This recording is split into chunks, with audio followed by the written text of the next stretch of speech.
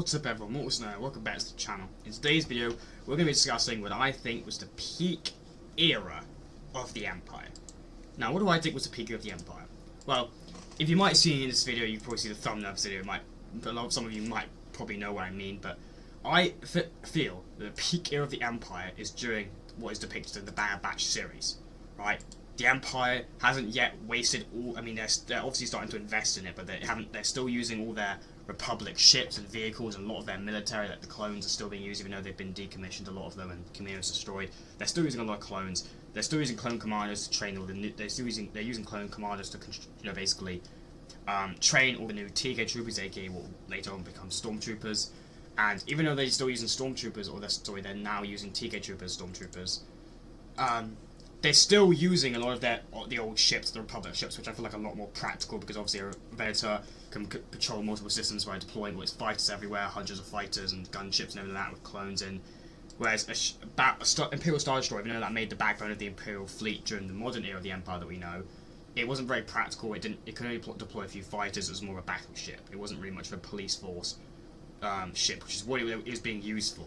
It was mainly just, a lot of the newer Imperial vehicles weren't very practical. Like the TIE Fighter lacked a hyperdrive and shielding. Most of the newer Imperial vehicles were made to just intimidate people. They were like all look but no action in a way.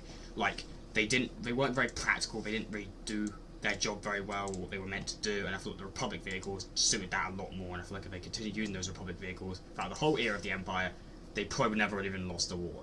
I think the Empire tried so hard to rebrand their whole military into something that looks more intimidating, scare people. But it just didn't really work. Once the rebellion was stood up, those looks of their intimidation in their vehicles faded away, and the practical parts of it was brought to light, and the practical parts was just not, there isn't much. Those Imperial vehicles, the new Imperial vehicles were not very practical. Even though the Imperial class Star Destroyer looks intimidating and is very good in look, it's not very practical for what it was meant to do, control so many systems. I feel like a Venator could do that better. It could deploy one Venator and dispatch all its fighters over multiple systems and police them a lot easier. Even in battle scenarios, like a Venator could, fight rebellion. Even just one Venator could take an entire rebel fleet with just deploying hundreds of fighters. I feel like this era of the Empire during the Bad Batch is still, even though there's still some clone troopers, they mainly use clone troopers because TK troopers, like stormtroopers, are more of like a police force, and we know that because obviously the main actual army of the Empire ends up being like the Imperial military, just army troopers, and stormtroopers are just more of a police force, the elite troopers.